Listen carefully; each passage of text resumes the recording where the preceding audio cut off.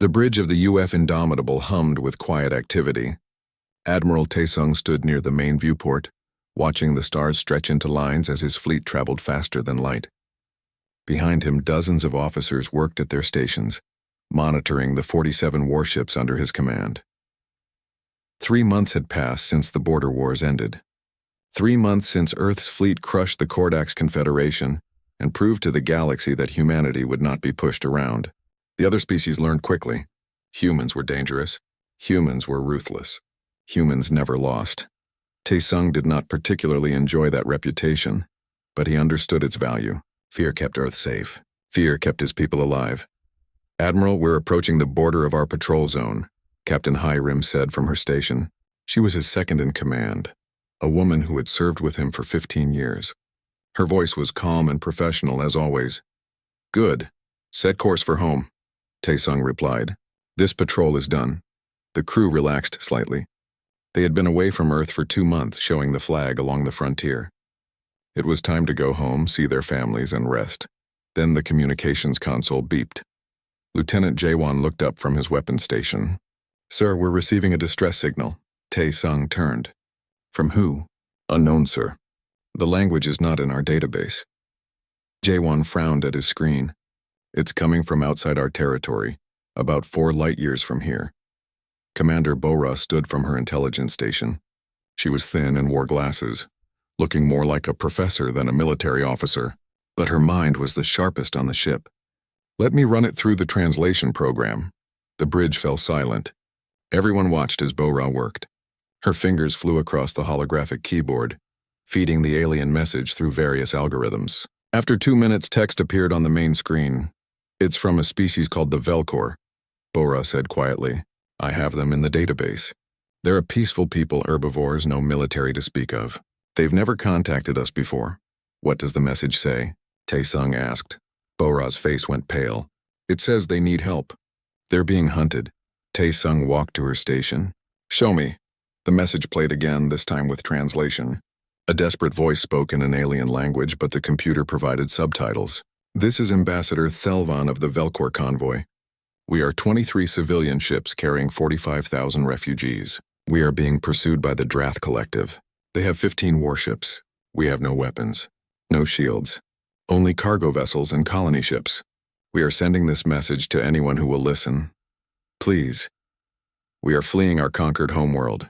Our children are dying. Please help us." The bridge was completely silent now. "Sir, the message was sent to everyone in range," Bora added. "Not just us. They're begging the entire galaxy for help." Taesung stared at the message. "How far away are they?" 4 hours at maximum burn, sir," Hiram answered. "And the Drath?" Bora checked her data. "The Drath Collective is a predator species. They hire out as mercenaries. According to the message, they're already attacking the Velcor ships." Taesung closed his eyes for a moment. He could see it in his mind. Civilian ships filled with families being torn apart by warships, children screaming, parents trying to protect them with nothing but their bodies. "Admiral," Hiram said carefully, "this is outside our jurisdiction. The Velcor system is not in our territory. We have no strategic interest there." She was right, of course. "This was not Earth's fight also, sir," Bora added reluctantly. "This could be a trap.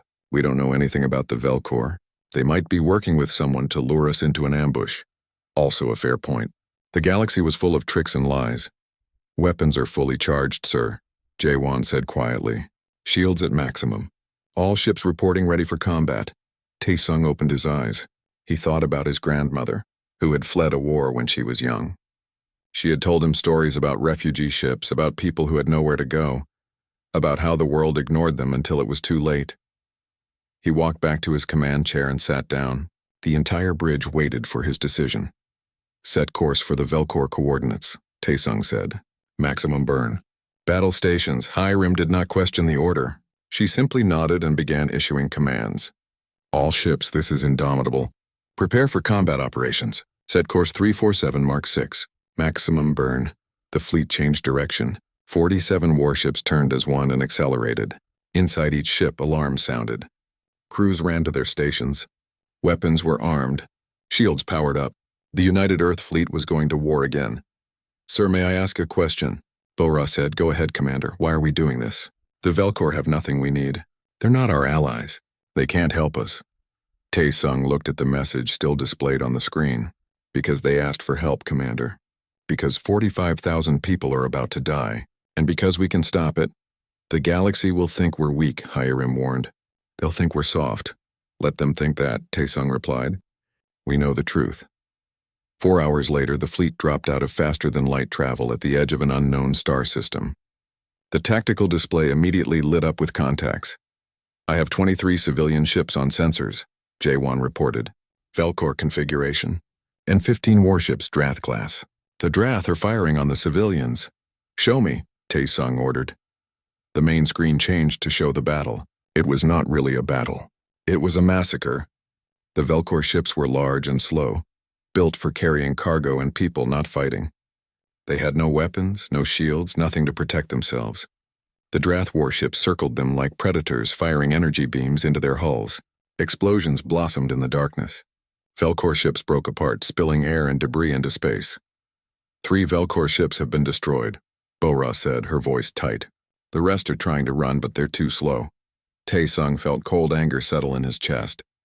Open a channel to the Drath fleet. Channel open, sir.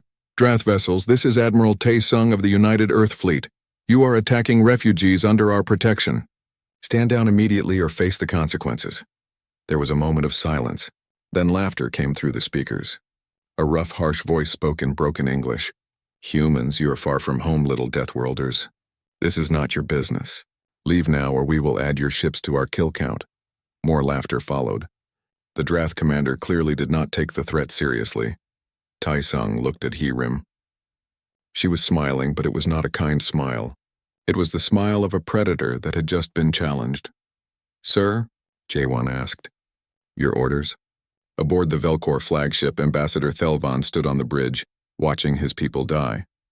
He was tall and covered in soft brown fur with large dark eyes that could see in low light. Those eyes were now filled with tears. Another ship lost, the ship's captain reported. The Dawnseeker is gone. 6,000 souls. Thelvan had sent the distress call to every species in range. Humans, Kordax, Themarians, even the neutral powers. He had begged them all for help. No one had answered. No one was coming. High Matriarch, Thelvan said to the elderly female beside him. I'm sorry. I failed. High Matriarch Selkara touched his arm gently. You did what you could, Ambassador. We all knew this might be the end. The Drath are moving to attack the hospital ships next, the captain said. They want to kill the children first. To break our spirits, Thelvan closed his eyes. He had heard stories about humans. They were said to be the most violent species in the galaxy. They came from a death world where everything tried to kill them. So they learned to kill first. They had destroyed the Kordax Confederation in 6 months. They showed no mercy to their enemies, but they were also said to be unpredictable. Strange, no one understood them. Sir, the sensor officer suddenly shouted. New contacts? 47 ships just entered the system. Thelvan's eyes snapped open. Who? The signatures match. Human warships, sir. The bridge fell silent. Every Velcor turned to stare at the sensor display. The humans came? Selkara whispered. But why? We have nothing they want. They're broadcasting to the Drath fleet, the communications officer said. Putting it on speakers, a human voice filled the bridge. It was calm and cold. Drath vessels, this is Admiral Tae-sung of the United Earth Fleet. You are attacking refugees under our protection. Stand down immediately or face the consequences. Then came the Drath commander's laughter and threats. Thelvan held his breath. Would the humans leave? Would they decide this was not worth the fight? The human admiral's voice came back, but this time it was different, harder, final. Very well. You were warned. All ships, weapons free. Fire at will. Thelvan watched his sensor display in disbelief as the human fleet opened fire. Even from this distance, he could see the results. 3 Drath cruisers were hit in the first salvo. Their shields collapsed. Their hulls cracked open. They went dark and began tumbling through space. What are they using? The sensor officer stammered. Those were kinetic weapons. Solid projectiles. But they hit from 12,000 kilometers away. Commander Nexra, the Velcor's only military officer, studied the display with wide eyes. Railguns. The humans use railguns. Magnetic acceleration. Those projectiles must be traveling at incredible speeds. The Drath are breaking formation, the captain reported.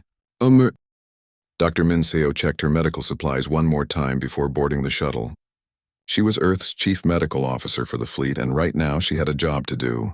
The Velcor hospital ship had been damaged in the attack and people were dying. "Ready, Doctor?" the shuttle pilot asked.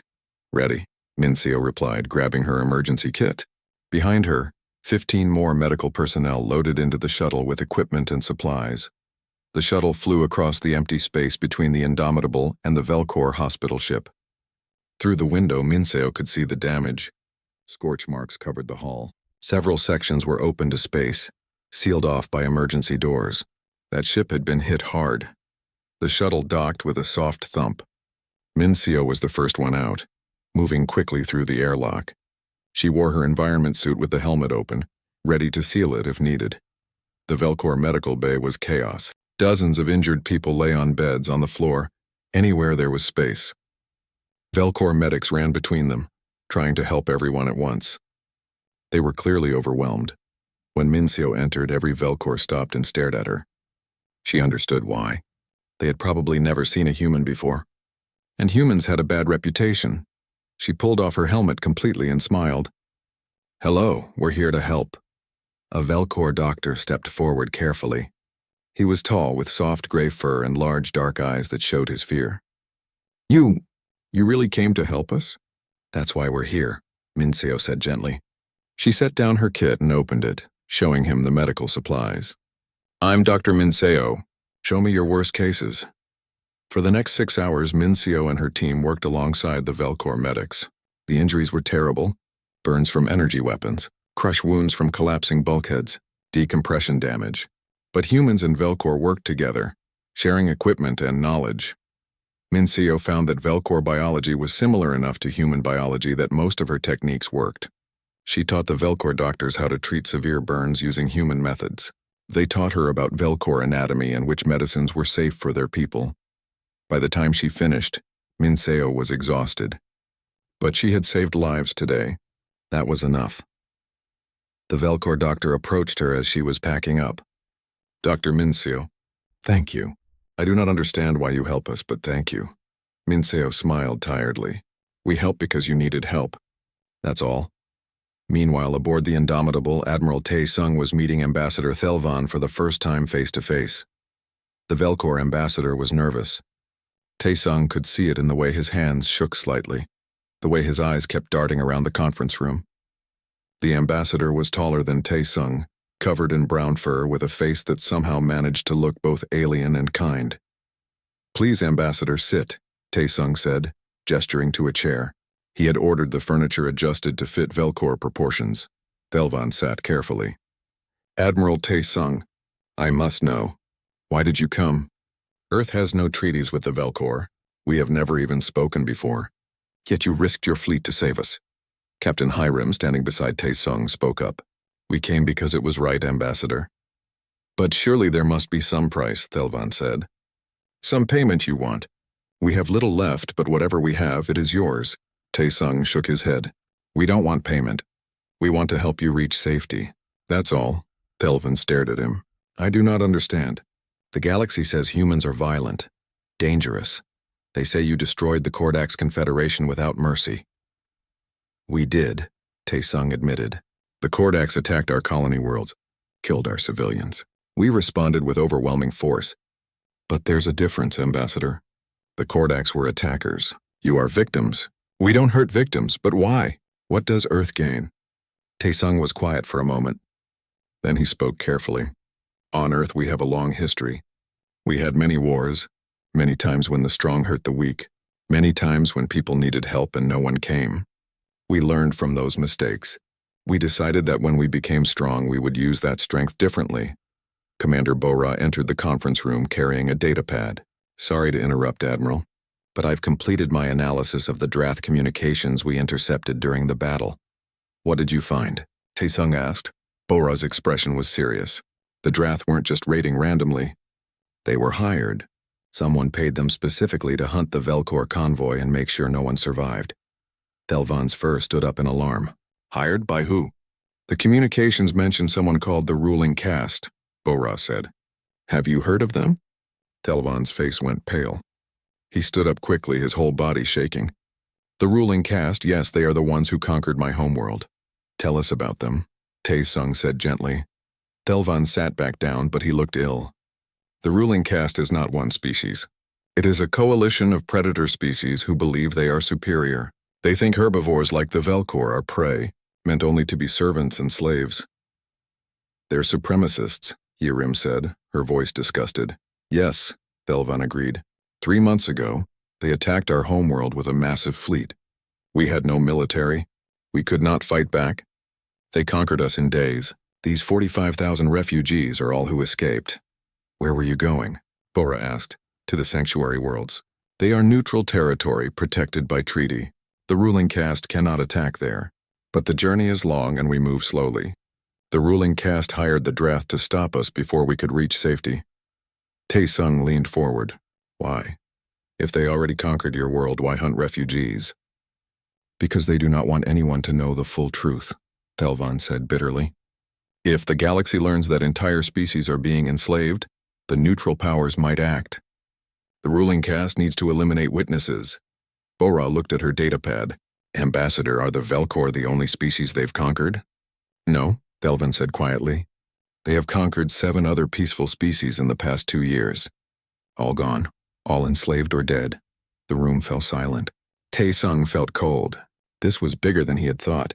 This was not just one attack on one species. This was systematic conquest, Admiral, Yerim said carefully. If we get involved with this, we could be starting a war with the entire ruling caste. I know, Tae-sung replied. Earth is still recovering from the border wars.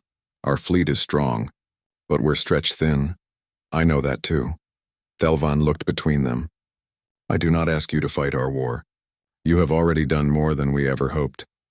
Just help us reach the sanctuary worlds. That is all I ask. Tae-sung nodded.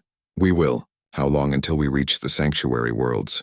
Engineer Daeun's voice came over the intercom. Admiral, this is Daeun. I've inspected the Velcor ships. 3 of them are too damaged to travel at faster than light speeds. We can repair them, but it will take time. How long? Tae-sung asked. 5 days, sir. And how long to reach the sanctuary worlds from here? At faster than light, 4 days.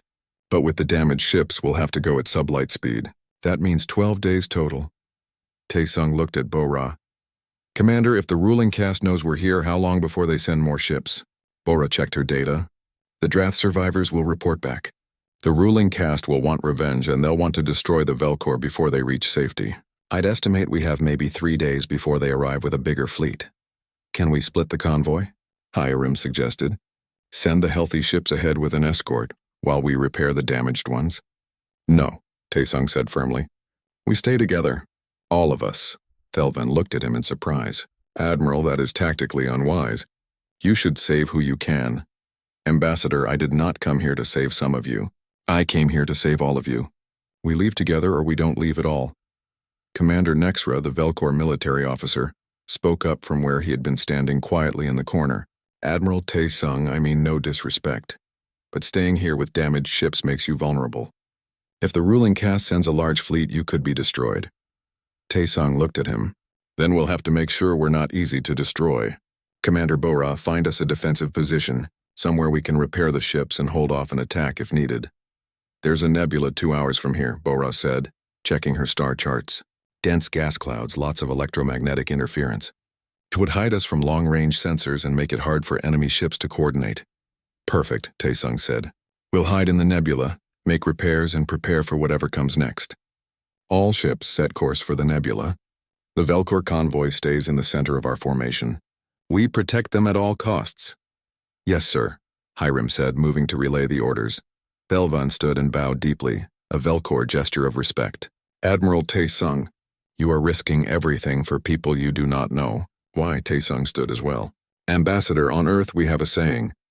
The only thing necessary for evil to triumph is for good people to do nothing.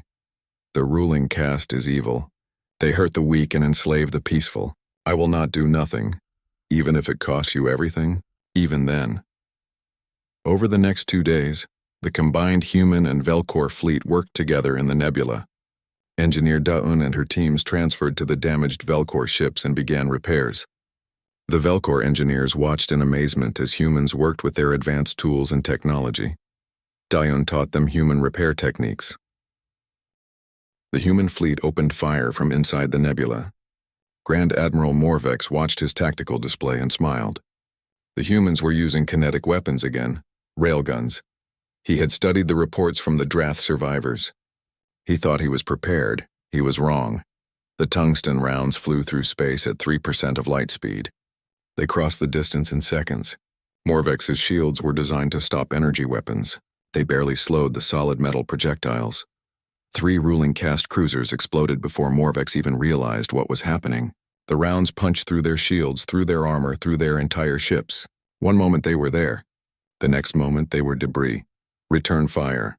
Morvex roared. All ships attack formation. But the human ships were already gone. They had fired and moved, disappearing back into the dense nebula. The ruling cast fleet shot their energy beams into the glowing clouds, hitting nothing. Where are they? Morvex demanded. The nebula is interfering with our sensors, sir, his sensor officer reported. We cannot get a clear lock. Inside the nebula, Admiral Taesung watched his tactical display. Commander Bora had been right. The dense gas clouds blocked enemy sensors, but human sensor arrays were adaptive. They could see through the interference using multiple frequencies. All ships Wolfpack formation, Taesung ordered calmly. Target their engines and weapons. Hit and run. Don't let them get a clear shot. The human fleet split into small groups, 3 or 4 ships working together. They would appear from the nebula, fire a devastating salvo, then vanish back into the clouds before the enemy could respond. Captain Hyriam commanded one group. Her 3 destroyers emerged from the nebula behind a ruling cast battleship. Fire, she said simply. Railgun rounds tore into the battleship's engines. The ship went dark and began drifting. Hyriam's ships were already moving back into cover. Lieutenant Jaewon coordinated fire from another group. Target locked. 3 ships, 1 target. Fire on my mark. Mark. 3 human ships fired at the same moment. Their combined firepower overwhelmed a ruling cast cruiser's shields. The ship exploded in a ball of fire. The ruling cast fleet tried to advance into the nebula, but that was a mistake. Inside the clouds, they were blind. Their ships bumped into each other. They fired at sensor ghosts. They hit their own vessels as often as they hit humans. Human ships, meanwhile, moved through the nebula like they owned it. They knew exactly where every friendly ship was. They coordinated perfectly. They struck from unexpected angles and vanished before retaliation could come. Aboard the Velcor flagship, Ambassador Thelvan watched in amazement. How are they doing this? Commander Nexra studied the sensor data carefully. They turned the environment into a weapon. The nebula is not an obstacle to them. It is a tool. Watch how they move. Every attack is coordinated. Every ship knows where the others are. But how? The nebula should block their communications. They planned this before the battle started, Nexra said with growing respect. Every ship knows its role. They do not need constant communication. They trust each other. High Matriarch Selkara watched human ships appear and disappear like ghosts. I have never seen such fighting. It is like watching a dance. After 30 minutes of fighting, Grand Admiral Morvex had lost 17 ships. His fleet was in chaos. Captains from different species were arguing. Some wanted to retreat. Others wanted to push forward. The careful coordination of the ruling cast was breaking down. All ships fall back to formation, Morvex ordered. We regroup outside the nebula. The ruling cast fleet pulled back. Morvex stared at his tactical display in frustration. He still had 36 ships. The humans had only lost 1 ship. 1. This was supposed to be an easy victory. His second-in-command approached carefully. Sir, perhaps we should reconsider. The humans are more dangerous than we thought. Silence. Morvex snapped. I will not be defeated by prey-loving fools. If we cannot fight them in the nebula, we will draw them out. How, sir? Morvex smiled coldly. We attack what they care about. Order 20 ships to break off and attack the Velcor convoy directly. The humans will have to come out and defend them. Then we will crush them in open space. Inside the nebula, Commander Bora picked up the enemy movement. Admiral, 20 ruling cast ships are breaking formation. They're heading for the Velcor convoy. Taesung's jaw tightened. The convoy was protected by 12 human escort ships. 12 against 20. The math was bad. Sir, the escorts are reporting, Hyrim said. Captain Young-ho says they will hold position and defend the convoy. Taesung looked at the tactical display. He could keep fighting here, picking off Morvex's main fleet, or he could save the escorts and the Velcor. If he left the nebula, Morvex's larger force would have the advantage in open space. Commander Bora, Taesung said quietly, "Remind me why we came here." Bora understood immediately. "To protect the Velcor, sir." "Exactly." Taesung stood from his command chair. "All ships emergency burn. We're going after that attack force. Full speed." "Sir, that will take us out of the nebula," Hirim warned. "I know, but we're not leaving those people to die. Not now. Not ever." The human fleet burst from the nebula at maximum speed, 35 warships accelerating toward the Velcor convoy. Behind them, Morvex's remaining 16 ships gave chase. "He's taken the bait," Morvex's second-in-command said. "Good," Morvex replied. "Now we have them. Once they are in open space, our superior numbers will tell. All ships pursue and destroy." At the Velcor convoy, Captain Young-ho watched the 20 enemy ships approaching. He commanded the escort force from the destroyer Vigilant. Around him, 11 other human ships formed a defensive wall between the enemy and the refugees. "All ships hold formation," Young-ho ordered. "Do not let any of them through." The ruling caste ships opened fire from long range. Energy beams lashed across space. The human escorts returned fire with railguns, but they were outnumbered. Shields began to fail. Armor began to burn. "Hull breach on Deck 3, Young-ho's damage control officer reported. "Sealing it now." "Keep firing," Young-ho ordered. "They don't get past us." The destroyer Relentless, fighting on Young-ho's left, took a direct hit to its engines. The ship lost power and began drifting. "Relentless is down, sir," the communications officer reported. Young-ho watched as enemy ships moved to finish the Relentless. "Vigilant and Guardian cover the Relentless. All power to forward shields." 2 human ships moved to protect their disabled comrade. They absorbed terrible punishment, their shields flaring with impact after impact. But they did not move. They did not yield. Aboard the Velcor hospital ship, Dr. Minseo watched the battle through a viewport.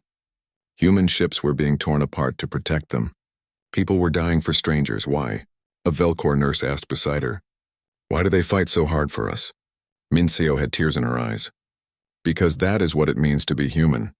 The Relentless's captain, Commander Hansol, knew his ship was done. Engines dead, weapons failing, life support critical. The enemy was moving in to finish them, but there was still one thing he could do. "All crew, this is the captain," Hansol said over the ship-wide intercom. "Evacuate to escape pods now, that's an order." "Sir, what about you?" his first officer asked. "I'm staying. Someone needs to steer this ship." Hansol looked at his display. A ruling caste battleship was moving to fire on the Velcor hospital ship. "Get to the pods. Tell my family I love them." The crew evacuated. Hansol sat alone on the bridge and aimed his dead ship at the enemy battleship. He fired the emergency thrusters, pushing the Relentless forward on its last reserves of power. "For Earth," Hansol whispered. "For humanity. For the innocent." The Relentless crashed into the enemy battleship at full speed. The collision destroyed both ships in a massive explosion. The Velcor hospital ship survived. Captain Young-ho watched his friend die. He felt rage and grief in equal measure, but he pushed it down. There was still a battle to fight. "Keep fighting," he ordered. "Make Hansol's sacrifice count." Then salvation arrived. The main human fleet crashed into the ruling caste attack force like a hammer. Admiral Taesung's ships had crossed the distance at maximum burn. They arrived with weapons blazing. Lieutenant Jae-won fired the Indomitable's main spinal cannon. The particle beam cut through 2 enemy ships in one shot. "Target destroyed, sir." Acquiring new target. Engineer Dae-yoon worked frantically to keep the Indomitable's damaged reactor stable. "Admiral, I am giving you everything I can." "I know, Daewon," Taesung replied. "Just keep us in the fight a little longer." The human fleet hit the ruling caste ships with overwhelming force. They accepted damage to their own vessels to protect the escorts and the Velcor convoy. Shield generators overloaded, armor plates melted. But they did not retreat. Captain Hirim's destroyer took a direct hit to the bridge. Emergency force fields sealed the breach, but she lost several crew members. She kept fighting, moving to her auxiliary command center. "This is Hirim to all ships. Hold the line. Do not let them through." Morvex's second force was being destroyed. The human ships fought with a ferocity that shocked him. They seemed to care more about protecting the Velcor than about their own survival. Then Morvex arrived with his remaining 16 ships. Now it was 51 ruling caste ships total against the humans' 35. 6 months had passed since the Battle of the Crimson Nebula. The story had spread across the galaxy like wildfire. Humans had risked everything to save a species they did not know. The most feared military in known space had become protectors instead of conquerors. Admiral Taesung stood in the Earth Senate chamber, waiting to present his report. Around him sat representatives from all human territories. Some looked proud, others looked worried. Everyone knew this moment would shape Earth's future. Admiral Taesung, the Senate Chancellor, said, "You are here to discuss the formation of the Mutual Defense Coalition. 12 species have requested Earth's protection. What is your recommendation?" Taesung stepped forward. "Chancellor, I recommend we accept. These species are peaceful. They have no armies. The ruling caste has already conquered 7 species and enslaved millions. If we do nothing, more will fall. And if we act, we start a war with the ruling caste," a senator argued. "A war that could last years and cost countless lives." "The war has already started," Taesung replied.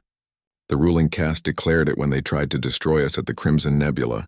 We can either fight it now while we have allies or fight it later when we stand alone." "But why is this Earth's responsibility?" another senator asked. "Why must we be the galaxy's protector?" Taesung was quiet for a moment. "Because we can. Because these people have no one else. And because if we turn away now, we become no better than those who hurt the weak." The Senate debated for hours. Finally, they voted. Earth would form the Mutual Defense Coalition. Humanity would protect peaceful species from aggression. The galaxy would learn that strength could be used for good. Captain Hiram was promoted to admiral and given command of the Second Fleet. Her job was to patrol the coalition territories and respond to threats. She took the assignment seriously. Engineer Dai-Yun was appointed head of the Coalition Technology Exchange. She would work with allied species to share defensive technology. Already, Velcor sensor arrays were being integrated into human ships. Human shield technology was being adapted for Velcor vessels. Dr. Min Seo became chief medical officer for the Coalition. She trained doctors from 12 species in emergency trauma care. She built medical stations throughout Coalition space. She saved lives without caring what species they belonged to. Commander Bora ran Coalition intelligence. She tracked ruling caste movements, predicted their attacks, and kept the Alliance safe through information. Lieutenant Jae Won, now promoted to commander, trained Coalition defense forces. He taught peaceful species how to fight, how to defend themselves, how to survive. The ruling caste watched all this with growing anger. Their philosophy was based on the idea that predator species were superior, that the strong should rule. That might made right, but humanity was proving them wrong. Humans were strong, yet they protected the weak. They were deadly, yet they chose mercy. It was an insult to everything the ruling caste believed. Warlord Krevos, the Drath commander who had survived the first battle, attended a meeting of ruling caste leadership. 6 species sat around a table, all of them predators, all of them believers in their natural superiority. "The humans must be stopped," a reptilian commander hissed. "They are making us look weak." "More than that," Krevos said. "They are giving prey species hope. 3 more species have refused to surrender to us because they believe the humans will save them. Then we crush the humans." A massive insectoid leader clicked.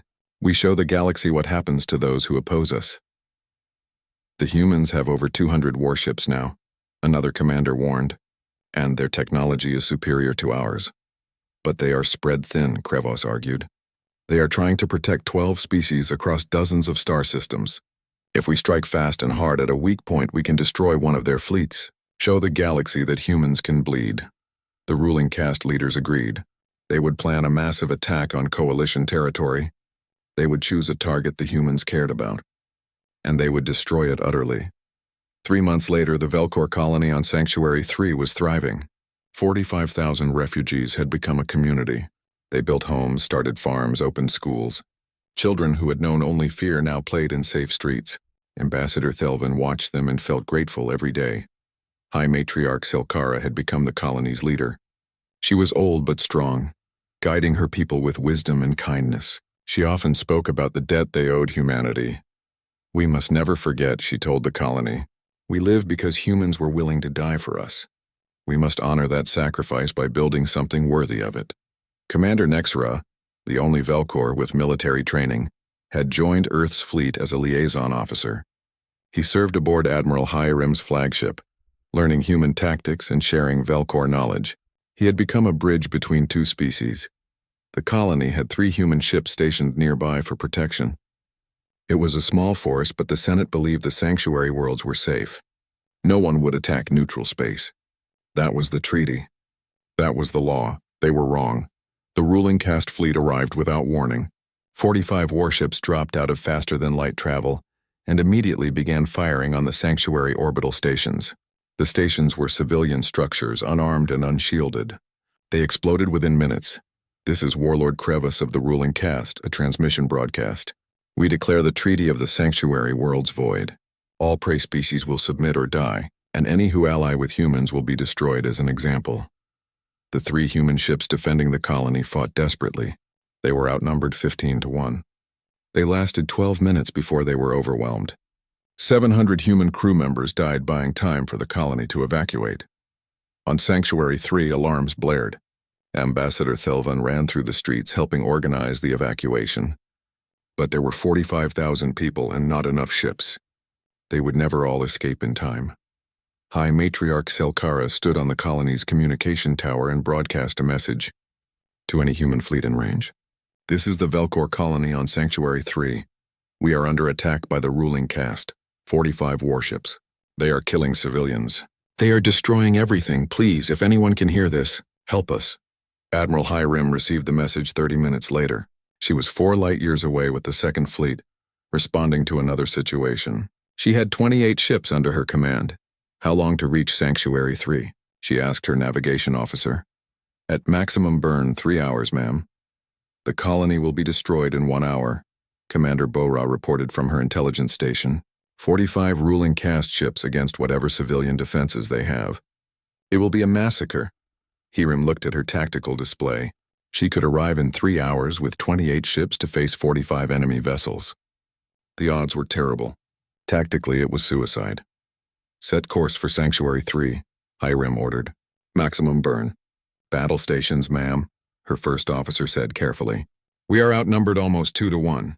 We should call for backup. There is no time for backup. Those people will be dead in an hour. We go now. Commander Nexra stood on the bridge, his fur standing on end. Admiral Hiram. That is my people down there. That is my home. Thank you for going.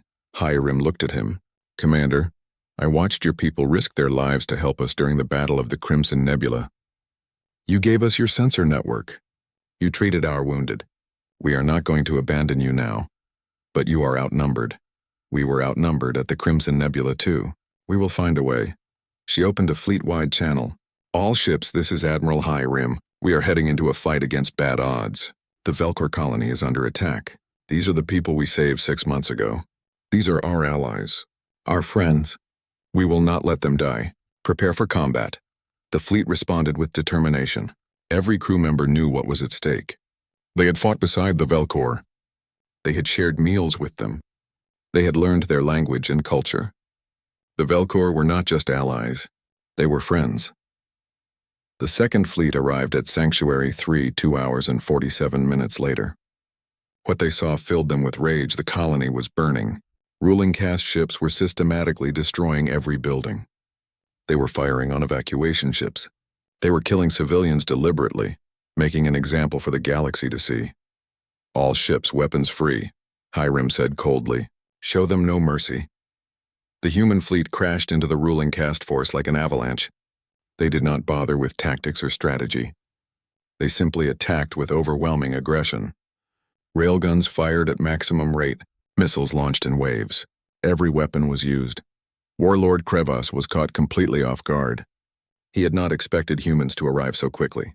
He had not expected them to attack so aggressively while outnumbered.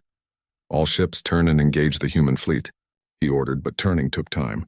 And the humans used that time to destroy 6 ruling caste ships before they could even face the right direction. Hiram's flagship, the UEF Striker, led the charge.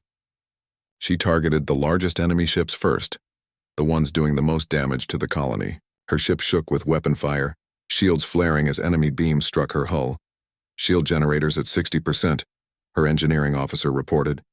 Keep firing, High Rim ordered. We do not stop until they are all dead or gone. The human fleet dropped out of faster-than-light travel at the edge of the ruling caste capital system. 300 warships appeared in perfect formation, weapons armed and ready. Ahead of them lay the heart of an empire built on supremacy and conquest. Admiral Tae-sung studied the tactical display. The system contained the ruling caste's primary leadership stations, their largest military shipyards, and their administrative centers. Destroying this system would break their ability to coordinate attacks across the galaxy. Scan the system, Tae-sung ordered. Commander Bo-ra worked her console. I am detecting significant military presence, Admiral. 78 warships defending the system, multiple orbital defense platforms, and sir, they were expecting us. They are already in combat formation. Of course they were expecting us, Tae-sung said. We announced our intentions when we mobilized the fleet. Open a channel, all frequencies. The communications officer nodded. Channel open, sir. Tae-sung stood. This is Admiral Tae-sung of the United Earth Fleet, speaking on behalf of the Mutual Defense Coalition. We are here to end your attacks on peaceful species. We demand you cease all military operations immediately and agree to peace negotiations. You have 1 hour to respond. The answer came quickly. A massive holographic image appeared on the main screen. 6 alien species sat around a council table. At the center was a figure covered in dark scales with cold, intelligent eyes. I am Supreme Counselor Drakmor of the ruling caste, the figure said. You dare enter our territory and make demands? You are prey lovers, weaklings who betray the natural order. We do not negotiate with inferiors. Then you will be defeated by inferiors. Tae-sung replied calmly. Last chance. Stand down, Drakmor laughed. You have 300 ships. We have 78 here and 300 more throughout our territory. You cannot win. Your precious coalition will fall, and humanity will learn its place. Our place, Tae-sung said quietly, is standing between you and those you hurt. Always. If you want to continue attacking the weak, you will have to go through us, every single time. He cut the transmission and looked at his crew. All ships, Battle Formation Delta, split into 3 groups. First group targets their shipyards. Second group engages their defense fleet. Third group takes out their orbital platforms. Admiral Hirim, you have tactical command. Show them what we practiced, Hirim smiled. With pleasure, sir. All ships execute planned maneuvers. Let's finish this. The human fleet split into 3 coordinated groups. They moved with perfect precision, each ship knowing exactly where to go and what to do. Months of training showed in their coordination. The ruling caste fleet charged forward to meet them. They had numbers and home territory advantage. They were confident in their victory. That confidence lasted about 5 minutes. The human ships did not fight like the ruling caste expected. They did not match the enemy formation or engage in straightforward combat. Instead, they used speed and coordination to attack from multiple angles at once. The first group, led by Commander Jae-won, struck at the shipyards. 12 massive orbital construction facilities where ruling caste warships were built. The humans fired missiles from extreme range, overwhelming the shipyard defenses. Explosions blossomed across the facilities. Half-built warships broke apart. Construction equipment tumbled into space. Shipyards 1 through 7 are destroyed, Jae-won reported. Remaining 5 are heavily damaged. The second group engaged the defense fleet directly. But they did not fight fairly. Human ships would strike from one direction, draw the enemy response, then vanish while another group attacked from behind. The ruling caste ships kept turning to face threats that disappeared, leaving themselves open to attacks from new directions. Captain Youngsik, commanding a destroyer squadron, led his ships in a perfect hit-and-run attack. Fire, then move. Don't let them target you. Keep them confused. His 8 destroyers destroyed 3 enemy cruisers before the ruling caste could even establish target locks. The third group, led by Admiral Sora, targeted the orbital defense platforms. These massive weapon stations had powerful shields and heavy guns. But they were stationary. They could not dodge. All ships concentrate fire on Platform Delta 7, Sora ordered. Full railgun barrage. 20 human ships fired simultaneously. The combined kinetic impact was devastating. The platform's shields collapsed. The structure itself shattered. Within 3 minutes, all 15 platforms were destroyed. Warlord Krevos, who had survived 2 previous battles with humans, commanded part of the ruling caste defense. He watched his forces being systematically destroyed and felt a familiar frustration. Humans fought differently than any other species. They did not care about honor or fair combat. They cared only about winning efficiently. All ships focus fire on individual human vessels, Krevos ordered. Stop trying to match their formations. Just kill them one at a time. The ruling caste began focusing their attacks, trying to destroy human ships through concentrated fire. They managed to cripple 3 human destroyers and destroy 1 cruiser. But for every human ship damaged, they lost 3 of their own. The battle raged for 2 hours. Then something unexpected happened. The Velcor sensor ships, supporting from the rear, detected new contacts entering the system. Admiral, multiple faster-than-light signatures. Commander Bora reported. 92 ships arriving. Signatures they are ruling caste reinforcements, Taesung frowned. 92 more ships meant they would be outnumbered. Identification? Working on it, sir. Bora paused. Wait, these ships are broadcasting transponder codes. They are from the Themerian Republic, the Vex Coalition, and the Solarian Union, species that were part of the ruling caste alliance. Are they here to fight us? Unknown, sir. They are hailing us. A face appeared on the screen. A Themerian female, her features both elegant and tired. Admiral Taesung, I am Commander Yelsara of the Themerian Republic Fleet. We have come not to fight you, but to fight with you. The ruling caste has demanded too much from us. They treat us as servants rather than equals. We are done serving them. Another screen appeared, a Vex male with multiple arms. This is Captain Nexcor of the Vex Coalition. We also stand with you. The ruling caste's philosophy is wrong. We see that now. Humanity has shown us a better way. Taesung was stunned. Ruling caste allies were defecting in the middle of battle. Commander Yelsara, Captain Nexcor, we welcome your assistance. Join our formation and follow Admiral Hirim's tactical commands. The 92 ships integrated into the human battle lines. Suddenly, the humans had overwhelming numerical superiority. The ruling caste defense fleet was doomed. Supreme Counselor Drakmor watched from his command station and felt something he had never experienced before. Fear. His fleet was being destroyed. His shipyards were gone, and his own allies had betrayed him. This is impossible, he whispered. We are the ruling caste, we are superior. How can prey lovers defeat us? His second-in-command spoke carefully. Counselor, perhaps their philosophy is stronger than ours. They unite species through protection and mutual benefit. We unite species through force and fear. Fear can break. Protection builds loyalty. Silence, Drakmor roared. We do not lose. All remaining ships defend the council station. If we die, we take as many humans with us as possible. The remaining ruling caste ships formed a protective shell around the massive council station. They prepared for a final stand, but Taesung had no intention of losing more people in a direct assault. All ships surround the council station. Cut off all escape routes. Commander Bora, jam their communications. I want them isolated. The human fleet, now reinforced with defecting allies, surrounded the station completely. The remaining ruling caste ships were trapped. They had nowhere to run. Taesung opened a channel directly to Drakmor. Supreme Counselor, it is over. Your fleet is defeated. Your shipyards are destroyed. Your allies have abandoned you. Surrender now and no more lives need to be lost. Never, Drakmor snarled.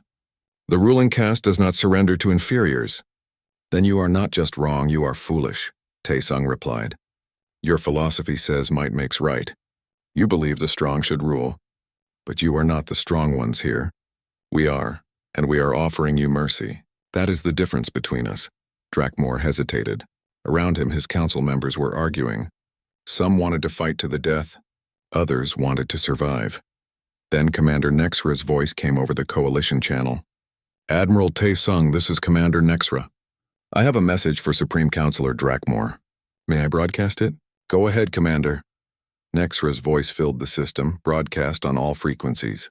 Supreme Counselor Drakmor, I am Commander Nexra of the Velcor. You conquered my homeworld. You enslaved my people. You tried to kill our refugees twice, and yet I stand here today not as your slave, but as a free being. Do you know why? Because humans saved us. They risked everything for people they did not know. They showed us that strength can protect instead of destroy. You say prey species are inferior, but humans are predators and they chose to defend herbivores. Your philosophy is a lie, and today that lie dies. The words echoed across space. On the ruling caste council station, several members stood up. A Themarian counselor spoke. Drakmore, he is right. We built our society on a lie.